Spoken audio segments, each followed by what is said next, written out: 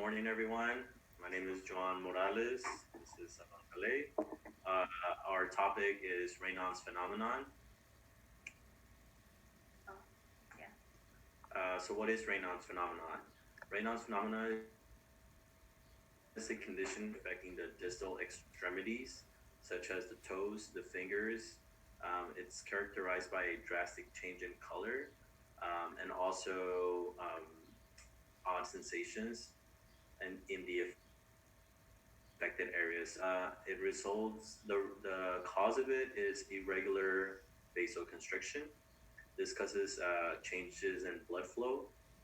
Um, the etiology is, however, it is known that long-term exposure to cold can cause it.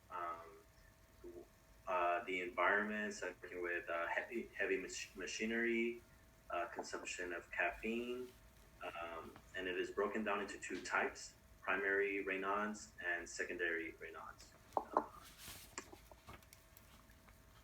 So, in primary Raynaud's phenomenon, it is also known as Raynaud's disease. It is episodic, reversible vasoconstriction of the arterioles and those distal areas of the body, such as the fingers and toes. Usually, like the most common cause of it is cold weather. It happens most often in individuals of 15 to 30 years old. It is 5 times more likely in females. This is the less severe one. Normally, other causes are, like I said, environmental, also stress. And there is a genetic component to this. 30 to 50% of participants of primary Raynaud's have a relative with the same condition. For a secondary Raynaud's phenomenon, the signs and symptoms usually appear at age 40. It is associated with an underlying systemic disease, such as scleroderma, arterial disease, neurologic conditions, blood disorders, or excessive narcotic use. Moving on to the pathophysiology of it. Um, so the vasospasms are in the are vasospastic are arterioles attacks. This leads to vasoconstriction, which blocks the blood flow, resulting in tissue hypoxia. The well, it's pretty much ischemia. Ischemia can cause damage and dysfunction to the affected tissues. During this stage, there is a color change due to lack of blood flow, resulting in a yellow white. Then the prolonged lack of blood flow eventually leads to cyanosis, which is characterized by a pale blue color change. At this stage, it can cause odd sensations such as numbness, dullness, tingling. Sorry. When the blood flow finally restores, you see the vessels dilate and the skin Reperfuses. pretty much reperfuses and it turns to a flesh red. However, in extreme cases, very rare, if it doesn't, if it continues to vasoconstrict, it results in a necrosis of the tissue and gangrene. This is usually related to one of many underlying conditions, such as the development of secondary Raynaud's phenomenon. One key indicator that the patient has developed secondary rather than primary is the existence of scleroderma, which manifests in hardening of the skin. The difference in response has been determined to be an indicator of an underlying rheumatic disease. So a little bit more on pathophysiology. Just to mention some of the locations where this could happen. We mentioned the fingertips, the toes. It can also happen like in the ears, nose, nipples, and even some cases the tongue. Um, So these vasospastic attacks are temporary periods of ischemia followed by cyanosis. RP is not fully understood, but it is believed that some conditions result in the neural, endothelial, and intravascular mechanisms that affect the extremity. Also, it could be a abnormality having to do with thermal regulation that is controlled by the sympathetic nervous system. And then another, sorry, irregular vasoconstriction causes a change in color, feelings, and in some cases, swelling of the affected tissue. High levels of estrogen also play a factor in the development of Raynaud's phenomenon, which is why the condition is commonly found in women. Estrogen regulates the alpha androgenic receptors that affect the blood pressure by inducing smooth muscle contraction. And so here in this slide, we listed some a visual of what you would see in the hands.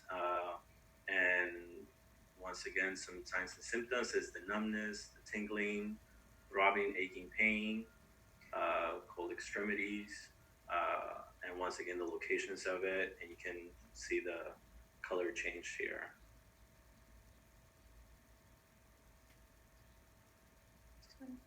So the exposure to cold, emotional upsets, tobacco use, caffeine can bring on the symptoms. Over here in primary, once again, is the less severe one. You have the lack of perfusion on the distal extremities here, and then it'll be followed by the red flush with necrosis. Primary, no necrosis. However, in secondary, the more severe one, the ischemia is prolonged, and pretty much necrosis occurs, and you can have a loss of digits due to the necrosis.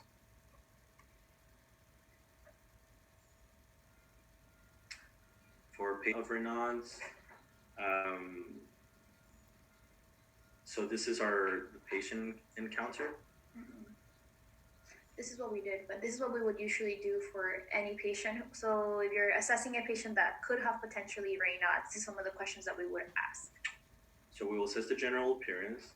We'll definitely want to check for cap refill, and just continue with questions such as, do you feel numbness, tingling? Are you having pain anywhere else? Are you stressed? We want to see where they are emotionally. Like, are you having to do school all of a sudden? Are you currently sick? Do you have an underlying other past medical histories to find out if they have scleroderma? Given their age, maybe we can assume that they might be more susceptible to primary versus secondary, but still want to do a complete assessment. We want to inquire lifestyle, such as smoking, drinking, caffeine consumption. Let's see. So yeah, we'll take that feedback and then continue with other assessments of, like, you want to get a visual of the distal extremities, toes, fingers, the areas that are susceptible to Raynaud's areas. So as far as diagnosing Raynaud's or putting a label into it, it's kind of hard. There's not really like a straightforward way of doing it because of the nature of the disease process. So the only way that people can really be diagnosed with it is really just to get a physical exam of the areas, and also like check for swelling, pain, or odd sensations, or even scleroderma. But it's unlikely that when the patient, like, they're unaware when these episodes are going to happen. So for example, when we did our our patient encounter, our patient wasn't actually having a current attack, and that might also happen to the patient when they're trying to get diagnosed. So the only way to really diagnose it is for you to see a physician who can actually validate your symptoms, but it might not always happen on the time that you want it to happen, because this is a disease that just happens on its own. But that's really the only way for it to get diagnosed.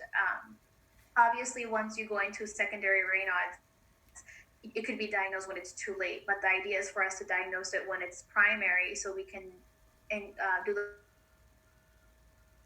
lifestyle choices, can avoid the secondary. But pretty much just physical examination.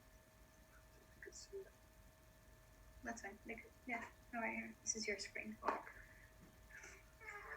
So what are the risk factors to Raynaud's? The main big thing that we want to think and talk about is just two things that predispose you to hashes: exposure to cold and emotional upset. Those are like the big ones.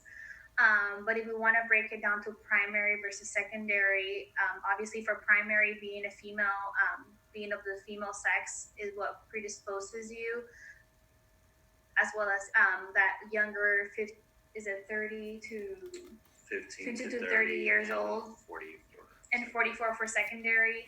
Also, climate, people who live in colder temperatures or during the winter, people seem to have those attacks during that time. Like we said, there's not really an exact etiology or cause of Raynaud's, but there seem to be some kind of pattern with family history, as well as work environment. If you work at a factory where you work with a lot of, I don't know, frozen food, and you have to be exposed to cold temperatures at all times, this is something that could be a risk factor for Raynaud's. For secondary, again, the advanced option of Raynaud's, and that's when the lifestyle choices haven't really made a difference. It's also associated with certain diseases and certain occupations, like I said, and of course, not stopping to the tobacco, smoking, medication, or coffee. This can also be done because of chewing tobacco. It's not just smoking itself. So what do we tell the patient? What do we educate? How do we live with Raynaud's? The first thing, it's like, it might sound silly or too simple, but it's pretty much just to like bundle up and stay warm. If you know that you are susceptible to the Raynaud's and getting these attacks, wear more layers of clothes, wear socks in your feet since you're always cold, wear gloves. When taking food out of the freezer, make sure that you wear gloves or mittens or something to protect your hands. During the winter especially, take extra precaution and really try to wear a hat, a scarf, wear the little ear piece that you can, the ear muffs, maybe even a face mask to cover your nose. So just kind of take those kind of tips into your during the winter. At home, you can even set the air conditioner to a warmer temperature so your home can always be warm. You can also use insulated drinking glasses. So whenever you grab something, instead of it being cold, you can just be a little warmer. Also, if you're gonna be driving somewhere and your car's cold, maybe either go to your car, turn it on, and then go back inside your home, and then wait 5-10 minutes, and then come back when it's warm. So most of what we do for Raynaud's, the primary, is really just to change your lifestyle and try to take those precautions. But when that doesn't work, sometimes medications could be used as well. And we would be using like blood pressure medications, such as like calcium channel blockers, like amlodipine, nifedipine, and felodipine, to help. But the biggest thing that we want to do here, it would be to avoid the stressors, which would be not using any narcotics, not smoking, because that's going to continue to vasoconstrict. You want to avoid coffee. And another big one is stress, and of course, exposure to cold. So when we think of Raynaud's, like, what's our conclusion? What is the takeaway? Pretty much Raynaud is like irregular vasoconstriction, specifically on the lower extremities. We're thinking fingers, toes, nose, ears, and nipples. What causes it? A lot of time is narcotic, tobacco, caffeine consumption, and exposure to cold. So we want to avoid those. There is no cure to Raynaud's, so all we can do is just try to treat the symptoms and avoid that cause the episodes. And when it gets to the advanced portion, we have secondary Raynaud's, and that one is caused by underlying disease. Again, like I said, most cases of Raynaud's can be treated with lifestyle changes, but if that doesn't work, we there is some medications that doctors could prescribe. We pretty much slow the electrical signals, which produce blood vessel dilation. So we are reperfusing the extremities, and pretty much prolonged effects of Raynaud's can include tissue death, which is the most severe side. So if you do have any of the symptoms, if you see the primary and you start seeing that you're having paresthesia, that you can't really feel your fingers, and that you're having the white, and then where your fingers are just like yellow, white, and then they turn extremely red, you should probably go see a doctor so you can get more help and be advised on the right way to take the correct precautions. This slide. So we were one of the groups that didn't get to. We did our patient encounter during that first week, so our video got lost. So we were just kind of go and try to do like a quick overview of what we did. So we did all this research on Raynaud's before we did the encounter. So when we walked in to see the patient, we really did ask those assessment questions like, hey, like, how long has this been going on for? Are you stressed? Like, what are you here for? Like, what do you think you're here? And she seemed to be like a young, around 20 years old. She was a female. She was Caucasian. Her chief complaint was pretty much that she had cold fingers and about a 4 out of 10 pain. She talked about it being intermittent. She says it doesn't always happen, but when it does, like, it's really painful. She didn't really seem to talk about any past medical history or family history or surgical. And when we asked her the questions, she didn't. She definitely didn't have secondary Raynaud's. If she does have it, again, we didn't get to see it in the moment. She just seemed to talk about maybe being a little more stressed because she was in school. Out of the ordinary, she was able to move her hands. Her capillary refill was normal. Perfusion was fine. Color looked great. But we did do those things. And then we did educate her on avoiding the risk factors if she were to get an attack, and just to keep warm. And since we didn't really have a video to show you guys, I put these pictures of us at work. This is Johan in the bottom with his PPE, and then that's me on top. We thought it would be fun. So what would we do, thinking back into our patient encounter and thinking what could we have done better? We definitely wish we could have asked a little bit of more open-ended questions. We knew what to expect as far as answers from the patient, but she was a little shy, so I feel like we really had to like dig for the answers. Also, as we've learned throughout the semester, assessment in a more efficient way where it goes from head to toe, and that reminds us to kind of stay on track and do everything in order. And I'm not sure if we 100% did that. I think we kind of did everything we knew, and then we're like, wait, what else are we missing? And then we went back and asked future questions.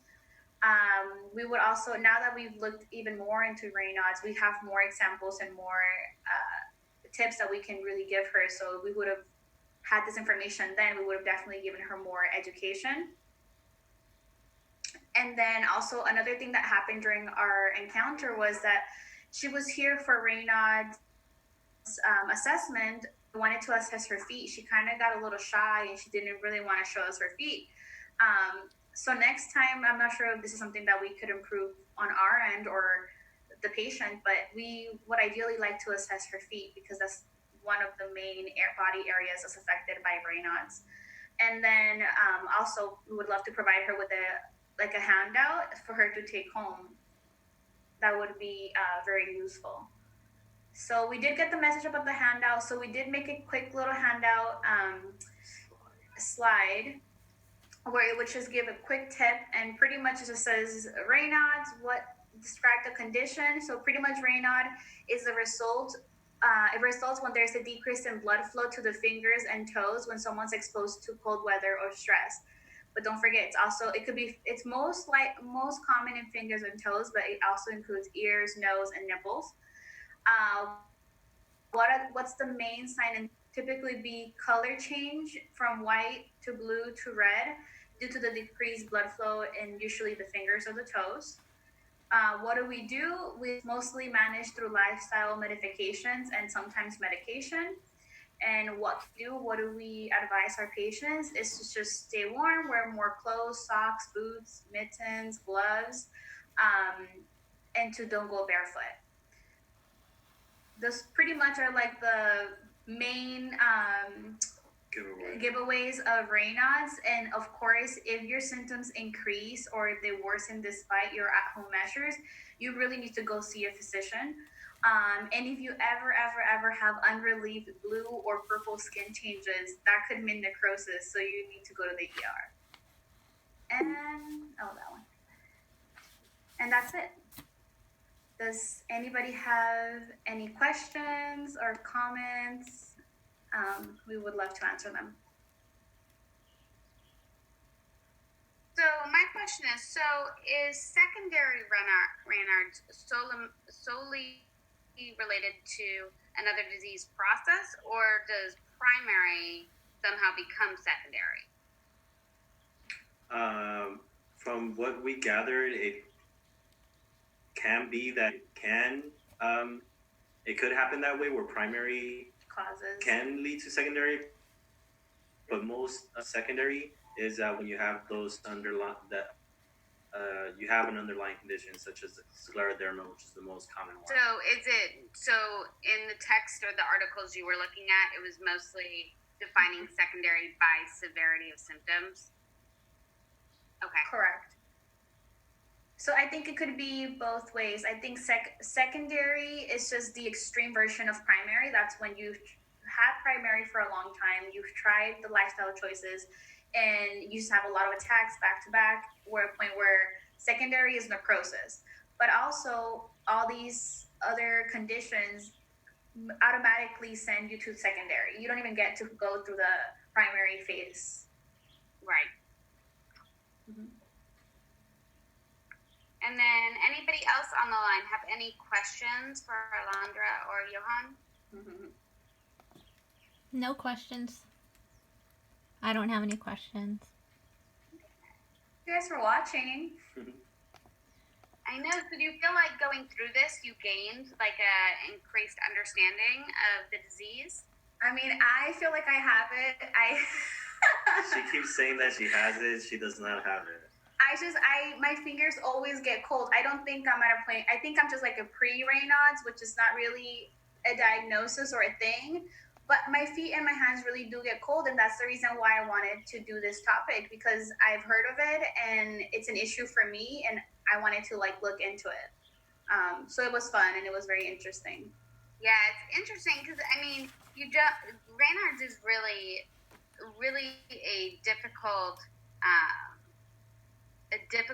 disease process to diagnose. I saw one patient, and this was when I was living in New Jersey, so it was really cold there, and I swear she had Raynaud's, and my attending just would not believe it because I worked at a teaching hospital.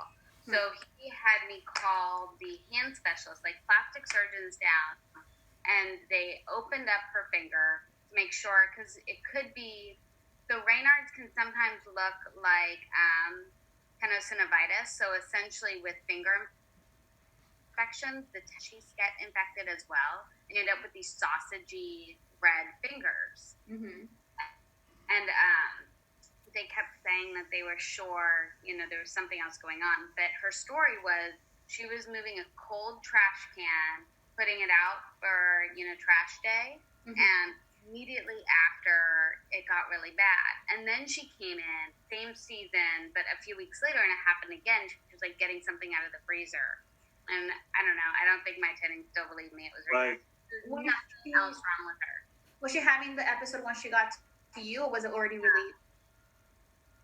I put her fingers in warm water, and it helped a little bit, but it was almost like the reperfusion, because it turned bright red, like you would expect. Did they go and do the surgery on the fingers to eliminate the other option that they were thinking about? They opened up her finger. Did they find what? There's nothing there. Okay, so That's I actually, in nursing school, I had a clinical instructor who had been diagnosed with Raynaud's, and this is how I even found out of it. But I remember it was during the winter, and we would cancel class sometimes. Like we wouldn't know if sometimes we wouldn't have class because if she had an episode in the morning, she'll say like, "Oh, like my fingers are not working today. I'm gonna cancel class for the day," and we'll be like, "Oh, okay." So every day for clinical, we didn't know if we were gonna actually have clinical because they all depended on her fingers and how it would be. And she would actually she had like permanent gloves that she would wear that were tipless, so she can keep like extra warm on her fingers, and she would wear them around clinical the whole time. And I was like, what? Like this is it's just it really can be like I know it yeah it, like it can really affect someone's life. Like it I know it sounds like it's a very small symptom where like, oh, it's just a little bit of pain or it's just redness, but we use our hands for everything. And for my instructor, this was so severe that although with everything she's doing, there's some days where she couldn't even go to work. She's I can't even like grab something, text, or like things that you would do on your everyday life because you just can't. Like the pain is so excruciating. You can't even move your fingers. You feel like we've all had, I don't know, like when your leg falls asleep and you just like are screaming because you can't feel your leg. That's how people with Raynaud's feel in the primary for a long time, for 5-10 minutes, and they just can't even move or do anything with their fingers. So yeah, it definitely is not nice. Well, you guys did a great job. Just upload your PowerPoints. Okay. And then it's out very soon. Awesome. Thank you. Thank you. Right. Thanks for joining, everybody. Good job, you guys. Yes, thank you. Okay. Good Bye. job. Bye. Bye.